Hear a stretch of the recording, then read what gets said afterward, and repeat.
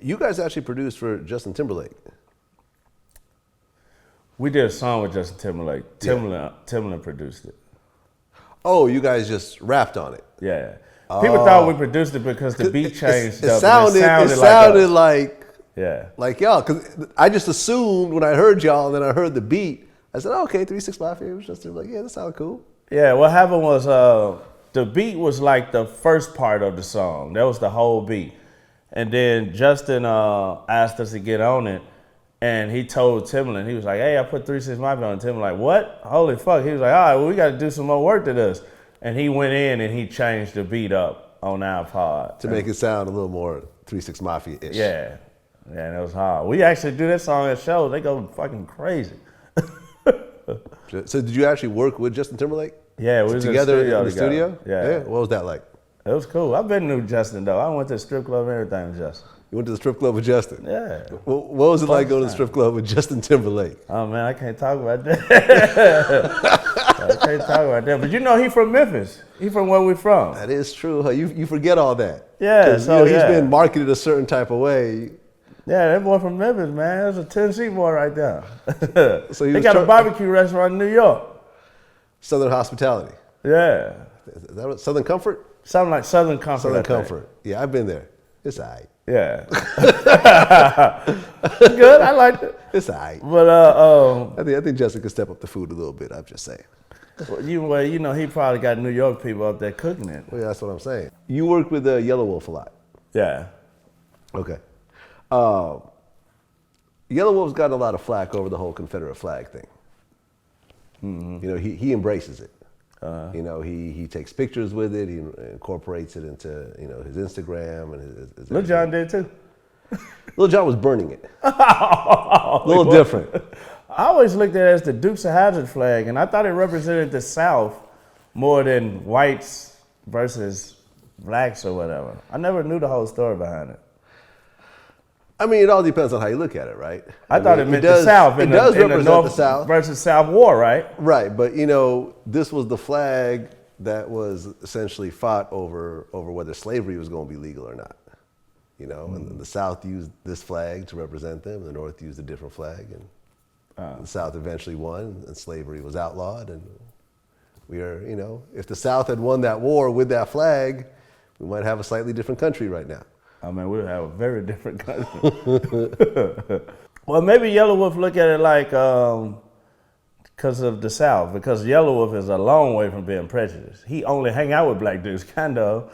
Big Henry, one of his best friends that he went back to Alabama and brought on tour with him, is black. I've interviewed Yellow Wolf a bunch of times. Yeah, I don't think he racist. No, he ain't racist. You know, but some people have an issue with the flag. I remember I even interviewed Crooked Eye, who's on the same label, and he said, "Yeah, I respect Yellow Wolf, but I don't fuck with that flag." Yeah, there's a lot of people don't fuck with it, you know, because of that. I don't give a shit about the flag myself. You don't give a shit? Hell no, I don't give a shit. It ain't gonna be up in my house, but I do got some friends whose houses it's in. Yeah. Hell yeah. White friends or black friends? White. I gotta ask, man. I better not go to no nigga house and he got that hanging up. That's gonna be kind of weird. I'm gonna be like, man, what is you on up in here? So you do find it kind of weird, huh? So you do find it kind of weird. I don't find it weird, but I would find it weird if I was over if I walked in an all black party or all black household and I saw that flag, I would think that person was weird. Okay. I wouldn't think the flag is weird, but I'd be like, you know, this is kind of weird. Like, why would you have us? So I mean, so you do know that it's got some sort of racist energy around it. Yeah. This is not a total surprise to you. No, it's not a total surprise. I mean, I'm from the South.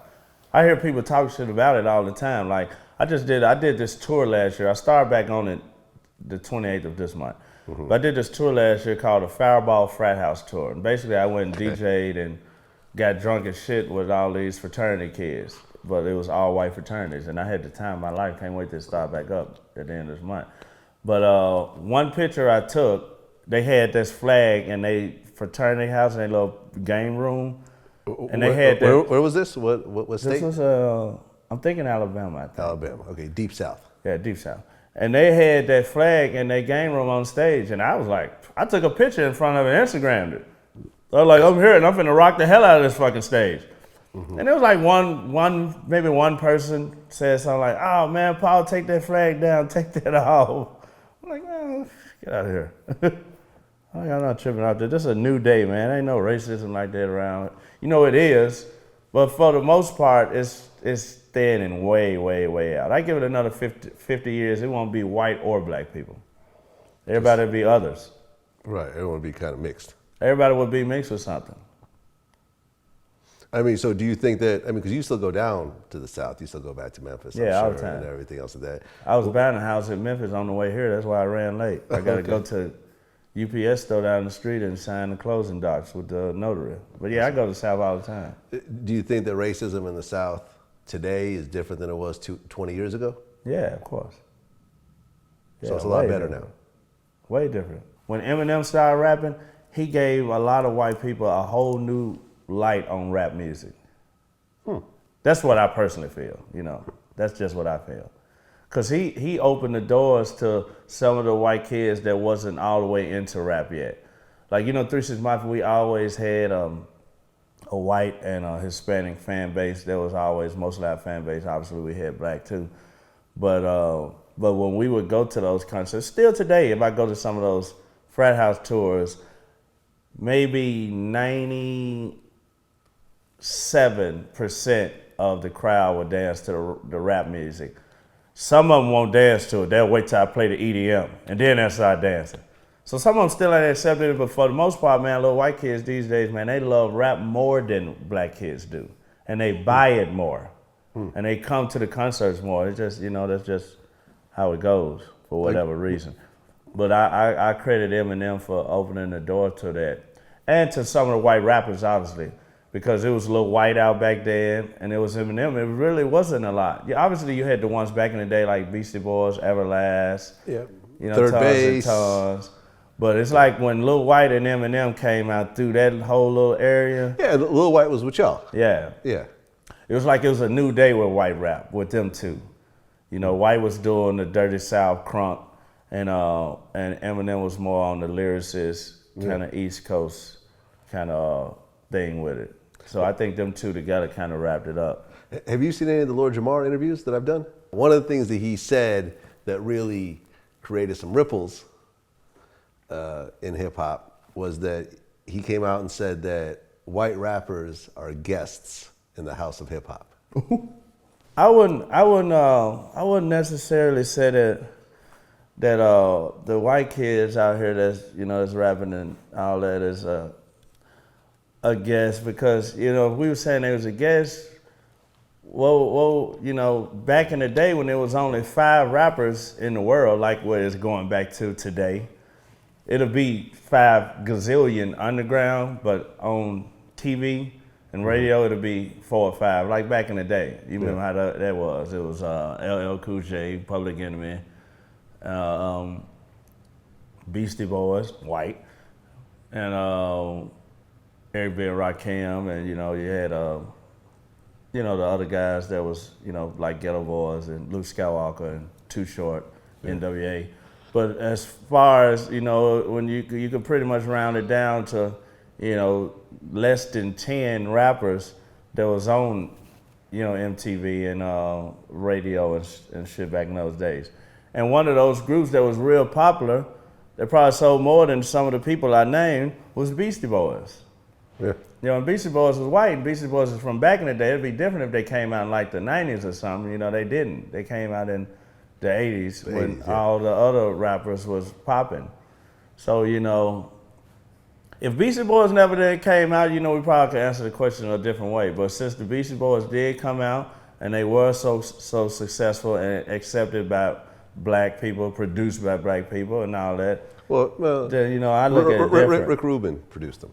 Yeah, Rick Rubin pretty much because did that. when they first came out, they did that first album. Like Rick Rubin did that first album. Then their second album, they kind of started doing it themselves.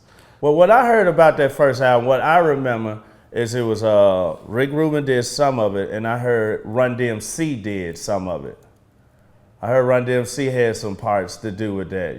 Whether it's in the Rick Rubin was also doing Run DMC though. The producer of this album is Rick Rubin, Beastie Boys. That's what the Wikipedia. On the credits, Yeah. that's You what it never says. know who the partner, the homeboy that was over there rolling the weed was like, man, you know what, it sound cool? Because everybody have that homeboy in the room. Right. The person that he don't rap, but he the one that tells you what's going on in the streets and, I don't, you probably shouldn't do that, you probably should do this, and this is what niggas are talking about, and somebody just got shot down the street, I just stole his weed. You know, niggas that bring the outside on the inside. Yeah. So you never know who that person was back then. You know, well, they probably didn't have that person. But anyway, what the answer to the question is, they was back in those days. Whoever had them as bumping as they was bumping, and I still fucking play that CD all the time.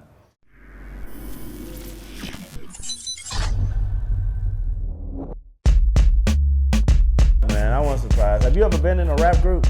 No, I have not. It was one of the most impossible things to do. And for somebody to be in anywhere in music that long, man, that's amazing, man. Like I just told y'all, when you own your shit, there's nothing else to say. It's the Eminem and 8 Mile theory. At the end of 8 Mile, Eminem got on that microphone, said everything that guy possibly could say bad about him. He owned his shit, and the guy couldn't even say anything.